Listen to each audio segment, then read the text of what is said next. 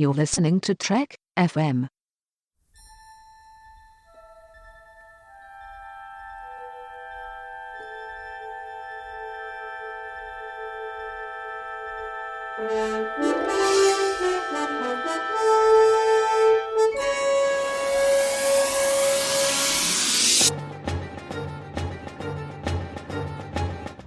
Welcome to From There to Here, Trek FM's celebration of the 50th anniversary of Star Trek, where we cover every single episode of Star Trek. I mean, there are so many episodes of Star Trek. What is it, 729? Mm-hmm. Oh, that's insane. That is absolutely insane. And we are covering all of them on the network. And tonight, we are covering Voyager episode Before and After and Deep Space Nine's episode Ties of Blood and Water. Brandon-Shea, how you doing? I am doing really, really good right now. How about you? I'm doing fantastic because we're mixing two of my favorite series, and that's Voyager and Deep Space Nine. How about we kick off with Voyager first? Well, I got to say first that, I understand that 729 episodes seems like a lot, but I mean, if you were a true fan and you just stayed up for a month, you could watch everything. If you're a true fan, yeah. If you can't stay up for an entire month and watch every single episode, then you're not a true fan. fan. Get off the internet. Don't even listen to this show. You're not a true fan. If you can't stay up for a month and watch all of Star Trek, then you belong in the JJ verse. Oh, that's some people would say that's pretty harsh. Me, I'm multi-spatial, so I'm a fan of multiple timelines. But as speaking of multiple timelines, let us talk about Before and After, because it's the 21st episode of the third season of Voyager, and this is how Memory Alpha describes it. Kes finds herself in temporal flux, with her consciousness moving back in time through various episodes in her life up until her own birth. What do you think of this episode? This episode is really good, but really weird. And I think that's part of what I like it, but it's just like, every time I get to the part where she becomes her own fetus, I'm like, this is weird. Like, they have me up until that point, but just when she goes into her own fetus and then just starts going back, doesn't seem like a satisfactory conclusion to this episode for me. I don't know what would be, but that just doesn't feel right to me. So, because she's old, and they did this thing to try and keep her staying older and like living longer, which has this inverse effect of causing her to go back through time where she doesn't have any memories of anything, and it's neat because nobody believes her and she goes through all this, but then the fact that she goes all the way to being a fetus again is just like, I don't know, it's just odd. I don't know. I'm kind of with it. They had me. Like when I was watching this episode, they got me on board. Like, I love time jumps. I love going back and forth through time. I love finding out what could have been. Like, I love the idea of Kes and Tom being together and having a family. It's that just really intrigued me, and I love the sci-fi perspective. I love the weirdness. I love like the oddity of it, and I think because it was nice to see them not tech the tech, where they try all of this technology, they try all of this technobabble to try and bring her back, and they just can't do it. And then it just happens naturally, where they go as far back as they possibly can, and instead of her just dying and not existing, it just goes, oh, okay, let's just go back to normal. And I don't know, that was satisfying to me. It kind of reminiscent of the Futurama episode, actually the last Futurama episode, where there's this theory that the Earth, or that the universe started in an explosion, and that since it's expanding, it's actually going to start contracting and then collapse upon itself. And so some people theorize that once it collapses upon itself, it's just going to explode again and create a whole new universe over and over again. And what if since it starts with the same explosion, wouldn't it just be the same timeline over and over again? And so in Futurama, the professor can't go backwards in time. He can only go forward. And so they just keep going and going and going until the universe destroys itself and then creates itself again to get to the point where they want to go. And then they're like, oh crap, overshot it, got to do it again. And that kind of made me think of Kes going all the way back to a single-celled organism and then, boom, coming back as a normal one. So is she gonna, like, I understand what happened with the character later on, but when this episode aired, like, is the idea of this character going to be that she's just in this loop for her 9 years forever? Like, I don't think it was the loop, because what happened is that once she came back, like once she went backwards and then stopped and then started going forwards again, that's when the doc did tech the tech and use technobabble and said, oh, okay, I was able to stabilize it this time, and so stop, and was able to stop the process. Yeah, I don't know. I like the episode. Like, don't get me wrong. I don't hate this episode at all. I think it's really cool, and there's a lot of really cool stuff in this episode. It's just that whole thing where it's like, I don't know, it's just weird, and it just weird things, like, you know, some of the things that they bring up, like when she's getting really old and she's going through this thing called the morologium, right? It calls back in early season 2 there with the elogium, right? Like, it's another term, like, I don't know, Ocampa menopause or whatever you want to call it, I don't know, but you know, I think it's creepy that, you know, Harry is now Tom's son-in-law. I think that's weird. That's a little odd. One of the cool references that I like in this as well is I mentioned this on a previous episode of From There to Here.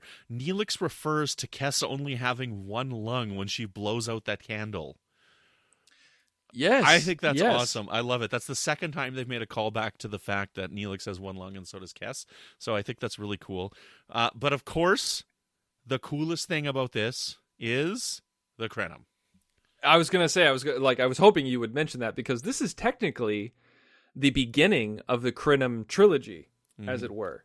Like, even if the Krenim isn't the main thing that's going on in this episode, this is the introduction. This is the beginning. This is Voyager teasing its next baddie, and it, like, so many people herald the Year of Hell arc as the best arc in Voyager. Like, when people say what's the best Voyager episode, people say Year of Hell, and so many, like, on average, I'm saying, like, if you ask 100 people what their favorite episode, like, what's not just what their favorite episode of Voyager is, but what's the best Voyager episode, I say, like, 9 times out of 10, people will say Year of Hell. And if you like Year of Hell, technically, this is the first episode. Yeah. It's amazing that there's that many people that are wrong. Deadlock. Deadlock is the best episode of Voyager. That is a solid episode. But in Deadlock, you don't get untamed Kes hair. You have the pixie cut. With this one, it's long and curly, so that might tip it over the edge. Kes's hair is pretty good when it's longer and curly. So yeah. But yeah, it's kind of neat. Like, I remember the first time that I watched Voyager, like, rapidly, and I had seen Year of Hell a couple of times, and I remember the first time that I realized that they dropped the Krenim in this episode. I was just like, oh, that's them, and they were going to do this and this. And I was watching it with my wife when I finally realized that, and I was like trying to tell her, like, oh, this is so cool. And she's like, what are you talking about? But it was pretty cool. So I give it, I don't know, maybe 4 out of 5. I think it's a good episode, but it's just that weird when she goes into that fetus and then just bounces back. So you just can't let that go, man. I normally like the weird episodes, like the dark, spooky, weird episodes, and this is kind of one of them, but it's just weird. That's just weird. So, anyway, should we move on to Ties of Blood and Water? I say we do it. So this is episode 19 of season 5. And this is season 5 is when Deep Space Nine's episode titles are starting to get really cool. Mm-hmm. Unlike Voyager's season episode titles. Yeah, I know. Like, you have such a hatred for Voyager's episode titles, and I've never met anyone that had such a specific hatred for a show. But with Deep Space Nine, it has a lot of great stuff, like In the Darkness and the Light. Fortune favors the bold. That kind of thing. And this one is no different. Ties of Blood and Water. This is how Memory Alpha describes it. Kira asks Tekani Gamor to come to Deep Space Nine to provide information about the Cardassian government and the revitalizing dissident movement. Gul Dukat arrives and demands Gamor's extradition. So what did you think of this episode? Did you like it? Did you not? Because this is harkens back to an episode where Kira was captured and people tried to convince her that she wasn't Kira, that she was actually a Cardassian spy. Yes, second skin. Now, I was fortunate. I got to talk about that episode with Will Wynn, and I love Second Skin.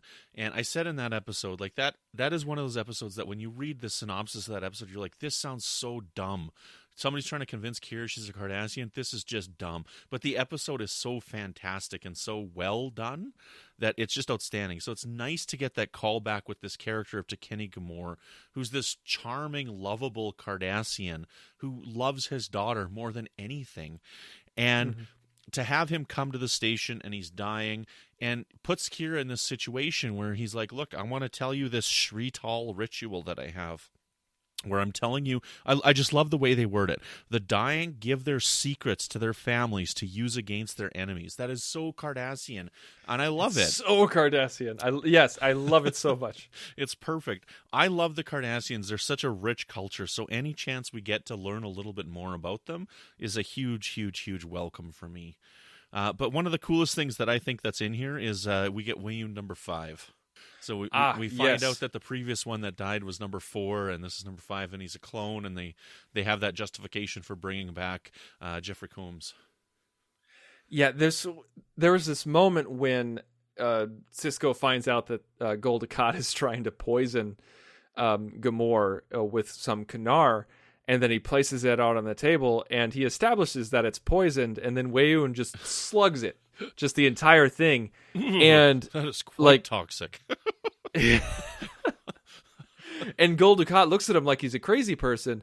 And on Sisko's face in this episode, he just has the slightest amusement from it. Just a little inquisitive about like, wow, the guy really did that. And it just goes to show he does not give a damn if you die if he doesn't like you. Yes. It's interesting that you say that because Avery Brooks directed this episode. Mm-hmm. So, like he kind of had the idea for like how the scene would play out and his own reactions and whatnot. It's kind of neat. But I have a question on this. Okay, so Dukat calls and immediately knows that Kenny Gamore is on this station. Do you think that Garak is still providing information to them? Like, I'm wondering how. See, I've always assumed in the previous episodes, whenever Dukat got information, it was Garak telling him. But, I mean, Garak is now, he hates Dukat, and we've got all this bad past that's happened between them, and here he is he still giving them information? Otherwise, how did Dukat find this out? I do not think Garak was giving him information because this is season 5 Garak and late season 5 Garak, and so I don't think that would be one of the situations. When did Changeling Bashir get outed? Oh, it was earlier than this. It was earlier than this. Okay, it was quite early in the season. It was right after the uniform changes. Okay, like I always get my timelines because I know it's based on the. I know that it's like right after the uniform changes because the old Bashir comes back and he has the old uniform, which was such a great idea of a reveal. Such a great idea. So I don't know. I couldn't tell you. I mean, like they're the Cardassians. They got spies everywhere. Yeah. Yeah, it's interesting. And then we get this subplot of Kira's dying father, and how she's trying to come to terms with this and, these things that have happened in her past. We get the callback of those two characters that are really like, I don't have their names written down, but those 2 Bajoran friends of hers that were in the Resistance with her, the woman with the red hair and the big guy. When we see him now, he's got one arm, but they died a few episodes ago by that killer. And I don't know. I like this episode a lot. I think it's great. Lots of great Cardassian stuff in here. Yeah, I love the continuation from a previous episode. Deep Space Nine does that the best out of any show. It has the most callbacks and the most integrated storyline from itself. And I just love the idea of forgiveness. I mean, forgiveness is a big theme for me that I love to see in my TVs and movies. And redemption is another big one. And you get both of those in spades in this episode. And the sheer idea that she is connected so deeply and intimately with a Cardassian, but then that gets put on the rocks because it would be too easy to say like, oh, I like this guy now and he's awesome and perfect and he's not like those other Cardassians. Well, she finds out that he is like those other Cardassians. I don't know. See, well, no, let me finish. Let me finish. Okay. Let me finish. Like, he is like those other Cardassians. Like, he's not like Gul Dukat. You know, like, he's not like the guy who tortured Picard in Chain of Command. You know, he's not like those people. But the thing is, he's still a Cardassian. He still believes in king and country and duty. And so he was involved in some really crazy stuff when he was a young soldier. And, you know, like, you know, did he want to be a part of it? No, you know, like, but he still did it. He was still a part of it. And so that makes it much more impactful for Kira as for character growth, because if he was so different that he wasn't even like a Cardassian, then that would be no catharsis for her hatred towards Cardassian. Right. Or towards Cardassians. And so when she finds out that he did this horrible thing in his past, but she's still able to forgive him and still love him to the point where she's going to bury him next to her biological father, that is powerful. Yeah. I just don't know that I buy that Kira's anger for him when she finds out about this thing. Because, I mean, she's done so many bad things in the Resistance, and somebody says to her, I can't remember who says it to her, but he's like, you know, he was just a nobody in it when it happened. He wouldn't have done anything major during those events. Yes, he was there, but he really wouldn't have done anything bad because he wasn't powerful enough at the time. So, I don't know. It's just, she's getting frustrated with him, and just a weird part of the episode for me. I liked it because I think you whether you call it realistic or whether you call it petty, I think these things happen where you find out where like somebody did something in their past and you don't know how to feel. You're like, do I forgive it? I mean, I've done stuff like it too, but should I be outraged? Like, maybe I should be outraged. And then you decide to be outraged because it's what you're familiar with. And I feel like Kira is very much a creature of habit, especially when it comes to her hatred. Mm-hmm. And so I think it's a warm blanket that she sometimes is comfortable with, and it's easier, it's safer, it makes things simpler. Maybe it could even be a defense mechanism for her where she didn't want to see him die. She didn't want to lose him. But once she found out this horrible thing, maybe it was a way for her to realize, oh, well, if I disconnect him now, it won't hurt that much later on. Yeah, I guess I can go with that. That works for me. Thank you. Well, you're welcome. Well, I think that's good. I think that's a perfect place to wrap up. Brandon-Shea, where can we find you? Oh, before we wrap up, I want one more thing I want to say. So one other part of this episode that I really like that I think is cool is just Dukat is such a slime ball, right? And I just love Mark Alamo as him as a character. When Kira throws that cup at him and says, I promise Dukat, one day I will make you pay for all this. And Dukat's like, maybe, but not today. Anyways, I just love that scene. Anywho, you can find me here on the network with new episodes of Melodic Treks, which is all about the music of Star Trek. You can find me every once in a while poking my head up in the Babel Conference, and you can find me on Twitter at Brandon Mutala. And where can people find you, Mr. Riddell? You can find me at The Insane Robin on Twitter. You can also find me elsewhere on the network on a Star Trek Voyager show called To the Journey, which I host with Charlynn Schmiedt. You can also find me on another network called The Nerd Party at thenerdparty.com. We have a couple of different geek shows on there, and one in particular that I like to talk about is Nerd Nuptial, a show that I host with my wife, where we talk about nerd life through a married lens. Excellent. Well, we won't be back tomorrow, but you'll have two brand new hosts talking Ferengi love songs and real life. So join us again tomorrow for From There to Here.